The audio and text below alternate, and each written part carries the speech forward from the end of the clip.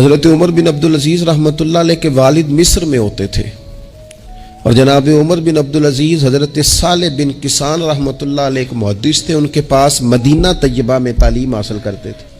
تو آپ نے اپنے استاد صاحب کے پیچھے عصر کی نماز پڑھی، تو ایک رکعت آپ کی لیٹ تھی، اٹھ کے آپ نے نماز پوری کی۔ تو حضرت صالح بن کسان محدث تھے، عالم تھے، حدیث پاک کو جاننے والے۔ وہ حضرت عمر بن عبدالعزیز سے کہہ رہے ہیں بچپن ہے اور والد مصر میں۔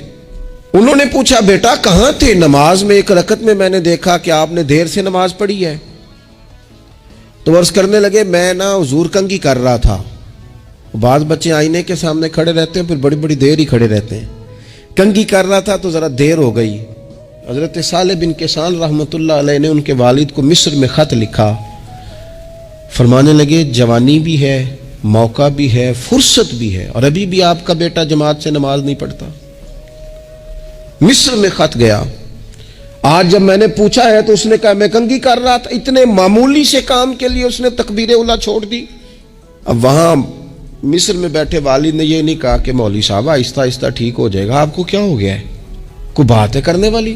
انہوں نے وہاں سے گھوڑے پہ بندہ دوڑایا، بندہ مدینہ طیبہ آیا۔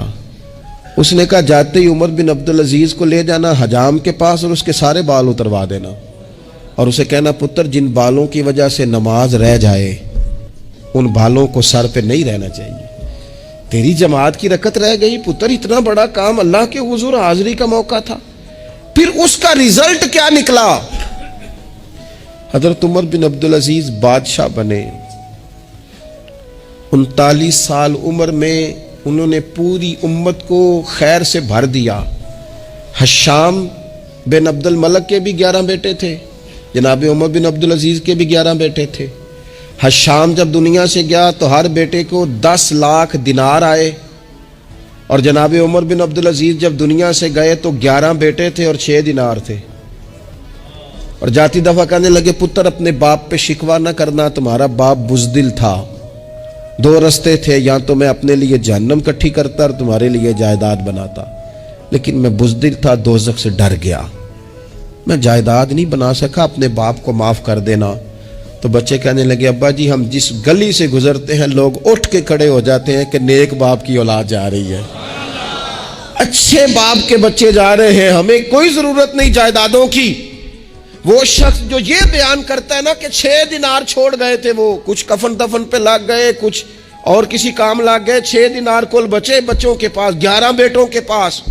لیکن وہ شخص کہتا ہے وہ جو 10 لاکھ دینار حشام بن عبد الملک کے بچوں کو آئے تھے، وہ مسجدوں کے سامنے بھیک مانگا کرتے تھے، کیونکہ جب بچوں کو بنا اس طرح کا دیا گیا کہ کھانے میں پینے میں موج میں اڑا دیا مال، اور یہ جو 6 دینار 11 بیٹوں کو دے کے گیا، رب نے اتنی برکت دی کہ ایک ایک بیٹا ایک وقت میں 100 گھوڑے مال کے بھرے ہوئے رب کے رستے میں خیرات فرمایا کرتے ہیں۔ اصل دولت اولاد ہے، اصل دولت اس کا اخلاق ہے، اصل دولت اولاد کی اخلاقی تربیت ہے۔ ایسا نہ ہو کہ مال کمانے کے چکر میں اصل دولت سے ہاتھ دھو بیٹھے، ایسا نہ ہو کہ بینک پیسوں سے بھر جائے اور ہماری اولاد ہاتھوں سے نکل جائے، ایسا نہ ہو کہ ہم نے یاروں کو ٹائم دے دے کے تو بڑی دور نکل گئے ہم، لیکن ہمارے بچے کے ذہن میں چند سوالات تھے، ہم انہیں مطمئن نہیں کر سکے، ہم نے نوکروں کے ذمہ ڈال دیا، فلانے کے ذمہ ڈال دیا، چچا کے ذمہ ڈال دیا، وقت نہیں دیا، ٹائم نہیں دیا۔